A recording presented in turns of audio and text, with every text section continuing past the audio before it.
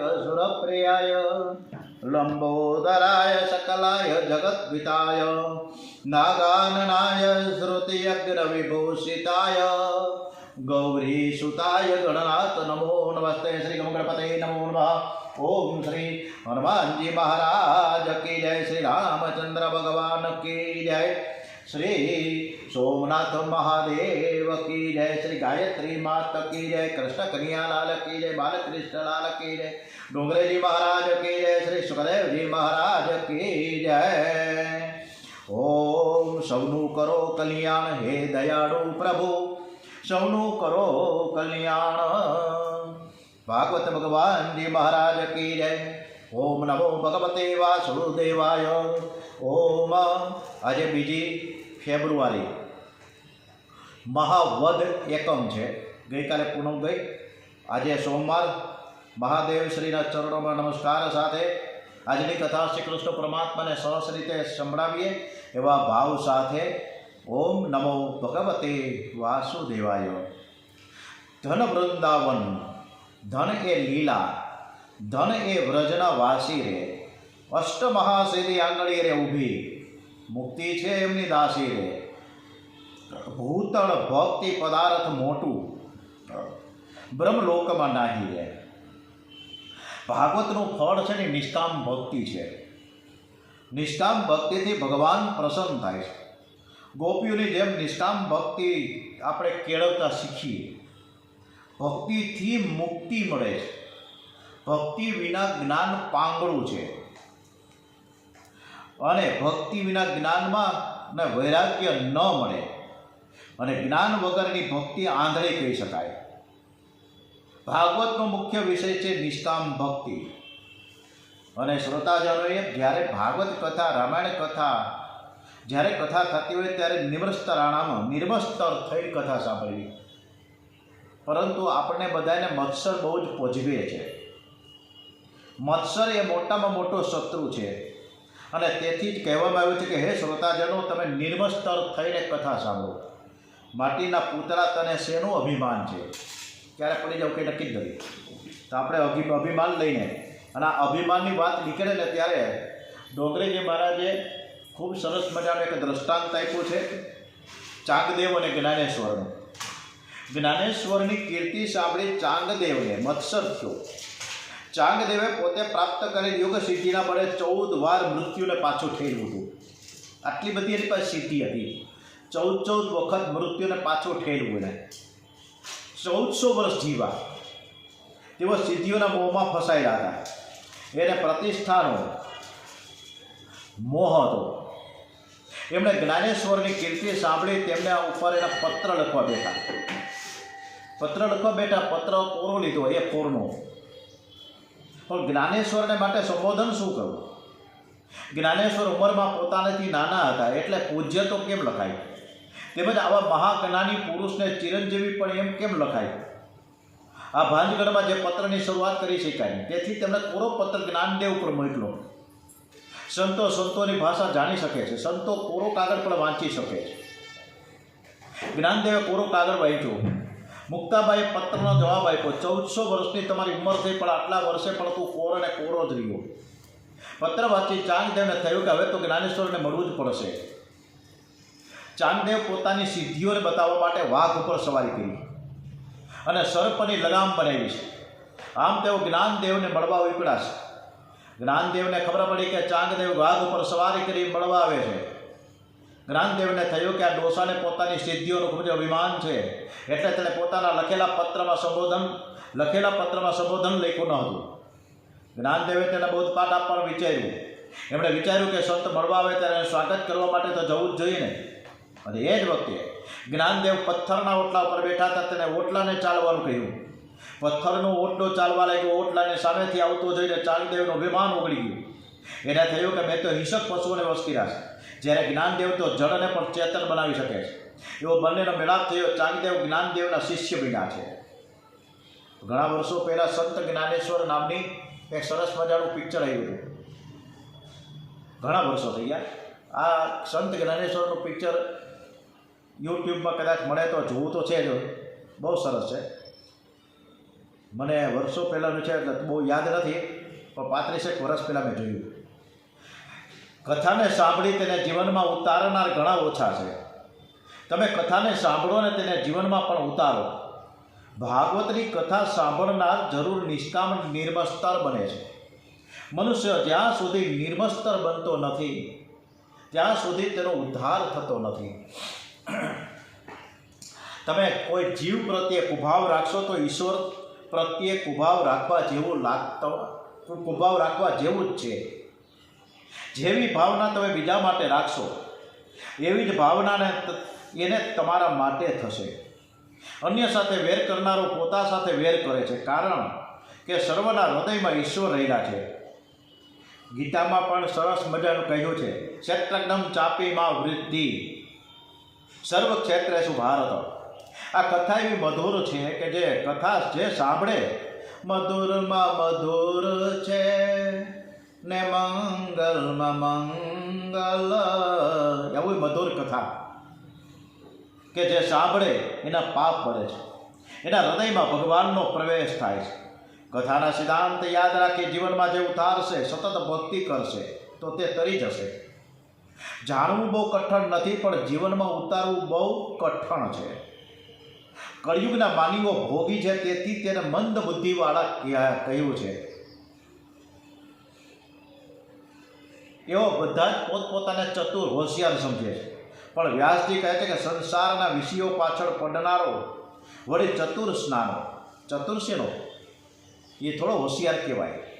શાસ્ત્ર તો ન્યા સુધી કહે છે કે 100 કામ છોડીને ભોજન કરવું, 1000 કામ છોડીને સ્નાન કરવું, 1,00,000 કામ છોડીને દાન કરવું અને કરોડ કામ છોડીને પ્રભુનું સ્મરણ કરવું, ધ્યાન કરવું, સેવા કરવી.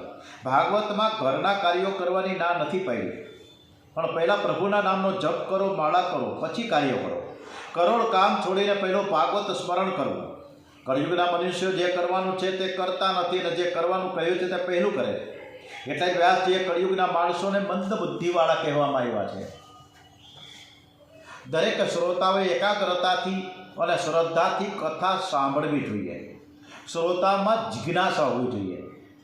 જિજ્ઞાસા વગર કથા સાંભળવાનો કોઈ લાભ થતો નથી. જિજ્ઞાસા વગર કથાની અસર મન ઉપર સહેજ પણ થતી નથી. માટે શ્રોતામાં જિજ્ઞાસાપણું હોવું અત્યંત જરૂરી છે. શ્રી શંકરાચાર્યજીએ નર નારીના દર્શન કર્યા. ભગવાનને વિનંતી કરી કે ભગવાન, હું તો મહાન યોગી છું, તેથી આપના દર્શન કરી શકો, પણ કળિયુગના ભોગી માણસો આપના દર્શન કરી શકે એવી કૃપા કરો. ભગવાને પ્રસન્ન થઈને કહ્યું કે બદ્રીનારાયણના નારદ કુંડમાં સ્નાન કરો અને ત્યાંથી મારે જે મૂર્તિ મળે તેનું સ્થાપન કરો. બદ્રીનારાયણ ભગવાનની સ્થાપના શંકરાચાર્યજીએ કરી છે. મનથી બદ્રીનારાયણને પ્રણામ કરો. જે જાય બદ્રી એની કાયા સુધરી. બદ્રીનારાયણમાં નારાયણની સેવા પછી લક્ષ્મીજીની સેવા થાય છે. બદ્રીનારાયણમાં વિષમતા છે. મંદિરમાં લક્ષ્મી અને નારાયણ સાથે બિરાજમાન હોય છે. ત્યાં લક્ષ્મીજીની મૂર્તિ બહારની મંદિરની બહાર છે. તપશ્ચર્યામાં સ્ત્રીનો, દ્રવ્યોનો, બાળકનો સંગ બાધક છે. નારાયણે લક્ષ્મીજીને બહાર બેસીને ધ્યાન કરવા કહ્યું છે. હું અંદર બેસીને ધ્યાન કરું છું, તમે બહાર બેસીને ધ્યાન કરો. જગત અને પ્રભુએ આદર્શ બતાવ્યો છે કે સુંદર હીરો પણ ધૂળમાં પડે તો સંગને કારણે મલિન થઈ જાય છે. માયાનો સંગ ગમે તેવા તપસ્વીને પણ મલિન કરે છે. માટે માયાથી દૂર રહો. ભરતખંડના માલિક દેવ શ્રી નારાયણ ભગવાન કૃપા કરે અને તમને બોલાવે ત્યારે પ્રત્યક્ષ દર્શન કરજો. આજે તો અહીં બેઠેલા લોકો મનથી નારાયણના દર્શન કરે. તમે પ્રેમથી સ્મરણ કરો કે ચતુર્ભુજ નારાયણ પદ્માસનમાં બિરાજેલા છે. મનથી કોઈ પાપ થાય તો તેની પણ સજા થાય છે. મનથી કોઈ ઈશ્વરના દર્શન કરે,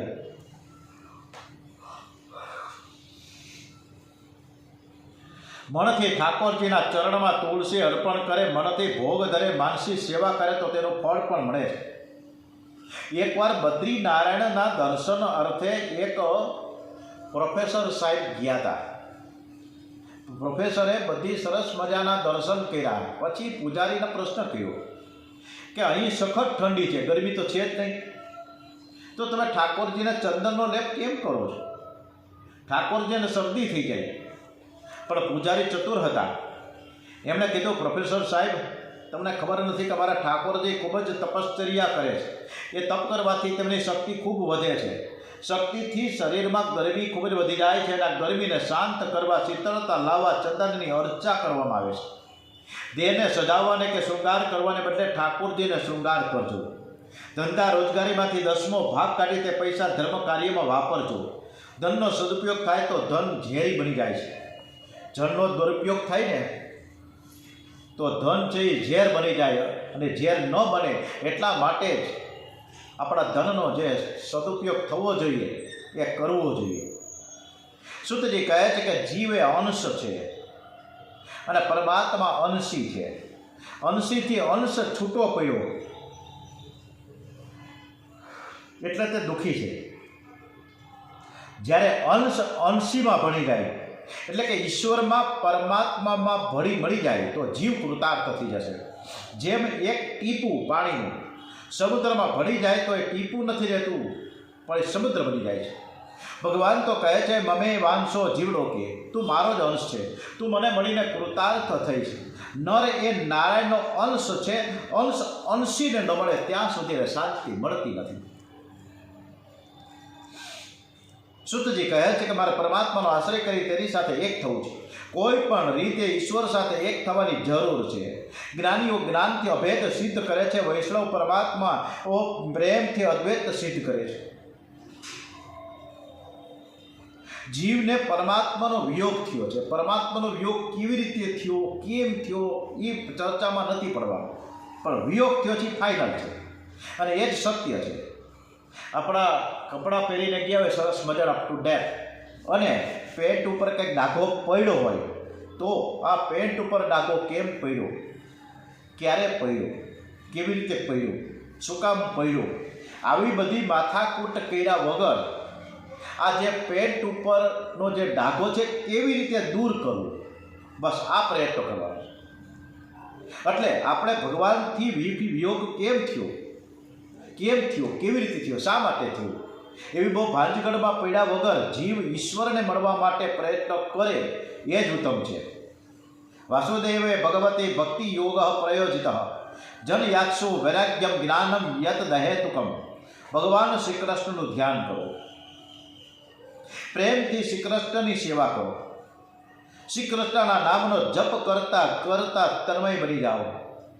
તમને જરૂર પરમાત્માના દર્શન થશે ને તો જ કલ્યાણ થાય છે. જય રાધા માધવ જય કુંજ બિહારી, જય રાધા માધવ જય કુંજ બિહારી. ઈશ્વર આપણી પાસે થોડીક અપેક્ષા રાખે છે કે મેં મનુષ્યને મન બુદ્ધિ આપી છે, પણ તેનો ઉપયોગ એણે શું કર્યો? મૃત્યુ એટલે આખી જિંદગીનો હિસાબ આપવાનો દિવસ છે. પ્રભુના દરબારમાં જીવાત્માએ કરેલા પાપ અને પુણ્યનો હિસાબ માંગવામાં આવશે. હિસાબ ચોખ્ખો હશે તો ડરવાનું કોઈ કારણ જ નથી. શું તમારા જીવનો હિસાબ ચોખ્ખો છે? જીવને હિસાબ આપતા બીક લાગે છે, ત્યારે એ તો આખા જીવનનો હિસાબ છે. આ હિસાબ પરમાત્મા માંગશે ત્યારે શું દશા થશે? જીવને મૃત્યુની બીક છે ત્યાં સુધી શાંતિ નથી. ઇન્કમ ટેક્સની રેડ પડે ત્યારે ભરભરાને પરસેવા છૂટી જાય. પછી અઠવાડિયું હાલે કે 2 દી હાલે કે 5 દી હાલે, જ્યાં સુધી આ ઇન્કમ ટેક્સનો રેડ પડે અને જ્યાં સુધી ન જાય ત્યાં સુધી પરસેવો ઉડી જાય. આપણે શું જવાબ આપશું? આપણે હિસાબ કિતાબ તો ચોખ્ખા તો છે જ નહીં. બસ આ જ વસ્તુ કે આપણા જીવનના હિસાબ કિતાબ કેટલા ચોખ્ખા છે એ આપણે વિચારવું જોઈએ. ઉપનિષદ કહે છે કે જીવ અને ઈશ્વર પાસે બેઠા છે, છતાં જીવ ઈશ્વરને ઓળખી શકતો નથી. જો જીવ બહિર્મુખને બદલે અંતર્મુખ બને તો તે અંતર્યામીને ઓળખી શકશે. એક માણસને જાણવા મળ્યું કે ગંગા કિનારે એક સંત પુરુષ રહે છે. એટલે ગંગોત્રીમાં એક સંત પુરુષ છે, નામ ભૂલાઈ ગયું. એણે હિમાલયમાં લગભગ 2000-2500 કિલોમીટરનું પરિભ્રમણ કર્યું અને એની પાસે એટલી બધી ફોટોગ્રાફી છે, અદ્ભુત છે. એની કુટિયા પણ એવી છે. એટલે એમની પાસે ત્યાં ગયા ગંગોત્રીમાં એક ભાઈ મળવા. પછી એમ લાગ્યું કે આ તો રહેવા જેવું છે, ચાલો અહીંયા તું સેવા કરીશ આ સાધુ મહાત્માની, એટલે સાધુ મહાત્માની સેવા કરે. પણ એને ક્યાંકથી એવા સમાચાર મળ્યા હતા કે આ સાધુ મહાત્મા પાસે એક પારસ મળી છે, એટલે મારી સેવા ચાકરીથી મને કોઈક દિવસ તો રાજી ખુશીથી આ મહાત્મા મને પારસ મળી આપી જ દેશે. એટલે એ તન મનથી અને ધનથી ખૂબ સરસ મજાની ભાઈ છે ને બહુ સેવા કરતો હતો. હવે આમ લાગ લગાટ 3 થી 4 મહિના સુધી સેવા કરી, પણ હજી હળવળતા નહોતા સાધુ મહાત્મા, પારસ મળી આપતા નહોતા કે ક્યારે આપશે ક્યારે આપશે. હવે એક દિવસ એની અધીરાઈ ખૂટી ગઈ, એની ધીરજ ખૂટી ગઈ. એટલે ત્યારે શું કર્યું કે જ્યારે સાધુ મહાત્મા ગંગોત્રીમાં ગંગાજીમાં નાવા ગયા અને પછી ગંગોત્રી માતાજીના દર્શન કરવા ગયા અને પછી પાછા આવે ત્યાં સુધીમાં લગભગ કલાક જેવું થાય. એટલે સાધુ મહાત્મા ગયા ગંગોત્રીએ ગંગાજીમાં નાવા અને માતાજીના દર્શન કરવા. પાછળથી આખી કુટી આખી ઝૂંપડી એ ભાઈએ વીખી નાખી, ક્યાંય મળ્યો જ નહીં, પારસ મળી જ ન મળે. ત્યારે એકાદ કલાક જેવો થયો, વળી પાછા એના બધો કાર્યક્રમ પૂરો કરી દર્શન કરીને આવ્યા.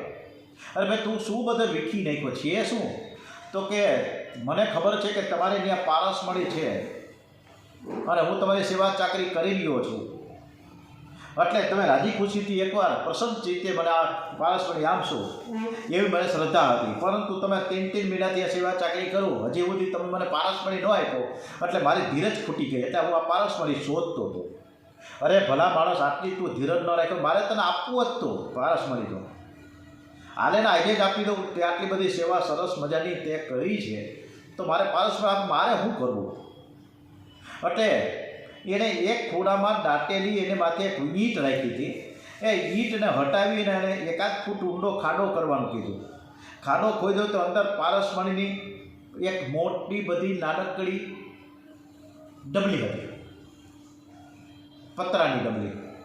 એ ડબલી ત્યારે પતરાના ડબલા જતા ને ક્યાં સ્ટીલના હતા, પતરાની ડબલી. અને પતરાની ડબલી એ કે આપી હાથમાં, કાલે આ તારે પારસ મળી. પતરાની ડબલીની અંદર કપડામાં વીંટેલો પારસ મળી હાથમાં લીધું ક્ષમતાથી કે આ પારસ મળી સાચો છે મહાત્મા. અરે આ પારસ મળી સાચો જ છે, મેં તને આપ્યું. પણ આ લોખંડની એટલે કે પતરાની ડબલીને સ્પર્શ થયો હોય તો આ લોખંડની પતરાની ડબલી છે એ સોનું તો થવી જોઈએ ને, તો થાય તો નહીં. આટલા વખતથી પડ્યો તો 3 મહિનાથી તો કાંઈક છે આમાં. અરે ભાઈ તો સમજતો નથી, આ સોનાની આ જે ડબલી સોનાની કેમ ન થઈ? અરે ભાઈ આ પારસ મળી છે એ ચિત્રામાં એટલે કે કપડામાં વીંટેળેલો હતો, એટલે કપડામાં જે વીંટળાયેલો પારસમણીનો ટચ છે એ ડબલીને નહોતો થતો, એટલે કે પતરાની ડબલીને થતો નહોતો, ત્યાંથી થાય સોનું. આવું જ કંઈક આપણું છે. આપણા વાસના, આપણી અંદરને રહેલી કામ, ક્રોધ, લોભ, માયા, મમતા અનેક પ્રકારના આવરણો, એ આવરણોને લીધે આપણું મિલન પરમાત્માની સાથે થતું નથી. આપણે આટલા વર્ષો સેવા પૂજા કરીએ છીએ, ભાગવત કથાનું વાંચન થાય છે, છતાંય આપણે ઈશ્વરને ઓળખી શકતા નથી. એમની મુલાકાત આપણને સહજ ભાવે થતી નથી. જીવાત્મા એ દાબડી છે જ્યારે પરમાત્મા એ પારસ મળી છે. વચમાં અહંતા મમતા રૂપી વાસનાનું આવરણ છે, એ દૂર કરવામાં આવે, એ ચીથડું એ કપડું દૂર થાય તો પારસમણીનો ટચ થાય, એટલે કે પરમાત્મા મળે. સવારમાં એકવાર ભગવાનની સેવા પૂજા આપણે કરી લઈએ એટલે જે ભગવાન, પછી તો એ બીજા દિવસે પાછા 24 કલાક પછી પાછા બેસી હવાના 7:30 વાગે કે 8 વાગે. આખો દિવસ ઈશ્વરને યાદે કરતા નથી, ભૂલી જાય છે ભગવાનને. આ ભક્તિ નથી. 24 કલાક સતત ઈશ્વરનું સ્મરણ એ જ ભક્તિ છે. હૃદયની દરેક ધડકન છે ને એ ધડકનની સાથે પ્રભુનું નામ, એ જ ખરી ભક્તિ. ભક્તિ તો હૃદયને એમ કહે છે કે જોજે ચૂકીશમાં ક્યાંક પ્રભુનું નામ લેવાનું. કારણ કે મનુષ્ય જીવન મળ્યું છે આવું સરસ મજાનું 84 લાખ યોની પસાર થતા આપણને આ જીવન મળ્યું છે, તો તેમાં છેવટનું એક જ રહ્યું છે આખરી પરિણામ લેવાનું. એટલે કે મૃત્યુ. અને મૃત્યુ આવે એ પહેલાં કાંઈક આપણો સદુપયોગ થવો જોઈએ, શરીરનો, આપણા મનનો, આપણા પૈસાનો, આપણા બુદ્ધિનો. ભક્તિમાં આનંદ છે, પણ મનુષ્ય શરીરથી ભક્તિ કરે છે, મનથી ભક્તિ કરતો નથી. આપણે બધા જ ફક્ત ક્રિયાત્મક સેવા પૂજા કરીએ છીએ, ભાવનાત્મક નથી થતી. આપણી ભાવનાત્મક સેવા અને પૂજા થતી હોય તો એક ભાગવત જ છે કે હવા કલાક આપણે એકદમ સરસ રીતે કલાક હવા કલાક જે કથા થાય છે એકદમ પરફેક્ટ થાય, ત્યારે કોઈ વિચાર આવતા જ નથી. બાકી તો આપણે માળા કરતા હોય ઓમ નમઃ શિવાય ઓમ નમઃ શિવાય, માળા ક્યારે હેઠી પડી જાય ખબર ન પડે, કાં તો નીંદર આવી ગઈ, કાં તો ફોન આવે વચ્ચે. આવું બધું થાય ને કૈલાસભાઈ, માઇક્રોફોન બંધ કરી દેજો, માઇક્રોફોન બંધ કરી દેજો. તો ભક્તિમાં આનંદ છે, પરંતુ મનુષ્ય શરીરથી ભક્તિ કરે છે, મનથી ભક્તિ કરતો નથી. મનુષ્ય વાણીથી ભગવાનના નામનો ઉચ્ચારણ કરે છે, પણ મન ભગવાનમાં નથી. એવી ભક્તિનો કોઈ અર્થ નથી. શરીર ઠાકોરજીની સેવા કરતું હોય પણ મન સંસારના વિષયોમાં ફટકતું રહે તો તે સેવા ભક્તિમાં કંઈ આનંદ આવશે નહીં. શરીરથી ભક્તિ કરો ત્યારે આંખ શ્રી કૃષ્ણમાં રાખજો, મન પણ શ્રી કૃષ્ણમાં પરોવી રાખજો. સર્વ અંગને ભક્તિરસનું દાન કરે શ્રી કૃષ્ણ કીર્તન કરજો. શરીરથી સેવા અને વાણીથી કીર્તન કરો, મનને શ્રી કૃષ્ણમાં પરોવી રાખો તો શ્રી કૃષ્ણ જરૂર તમારા હૃદયમાં જાગશે. ગતમ પાપમ ગતમ દુઃખમ ગતમ દારિદ્ર્યમેવ ચ આગતા સુખ સંપત્તિ પુણ્યમ અહમ તવ દર્શનાથ. પરમાત્મા સાથે પ્રેમ કેળવવો પડશે, તો વિષયો સાથે પ્રેમ છોડવો પડશે. કારણ કે પ્રેમની ગલી છે ને અતિ સાંકડી છે. કાં તો તમે ભૌતિકવાદને પ્રેમ કરો અથવા તો પરમાત્માને, બેમાંથી એક જ થાય. પ્રેમ ગલી અતિ સાંકડી, તામે તો ન સમાય, એમાં બે વસ્તુ ન આવે. એટલે કાં તો પ્રભુ પ્રેમને જ પ્રાપ્ત કરો, નહીતર પછી પૈસા ગણવા માંડ્યો. ગોપી સર્વમાં શ્રી કૃષ્ણને નિહાળીને જીવ ભાવ ભૂલી ગઈ હતી. લાલી, કારણ કે એ તો લાલાને દર્શન કરવા ગઈ હતી. લાલી મેરે લાલ કી સબ જગ રહી સમાય, લાલી દેખન મય ગઈ મય ભી હો ગઈ લાલ. આમ કૃષ્ણ ભગવાનનું દર્શન કરતાં કરતાં પણ એ લાલી બની ગઈ, કે લાલ બની ગઈ. પરમાત્માના 24 અવતાર છે. ભગવાનના ધર્મો જીવમાં ઉતરી આવે તે અવતાર, ધર્મનું સ્થાપન કરવા અને જીવોનો ઉદ્ધાર કરવા પરમાત્માથી અવતાર ધારણ કરે છે. માનવ શરીર એક ઘર છે. પરમાત્માનો અવતાર આપણા ઘરમાં, આપણા શરીરમાં થવો જોઈએ, મંદિરમાં નહીં. પરમાત્માના શબ્દમાંથી પરમાત્માના 24 અવતારે નીકળ્યા છે. પેલો પરમાત્મા. કૈલાસબેન તમારું માઇક્રોફોન બંધ કરજો.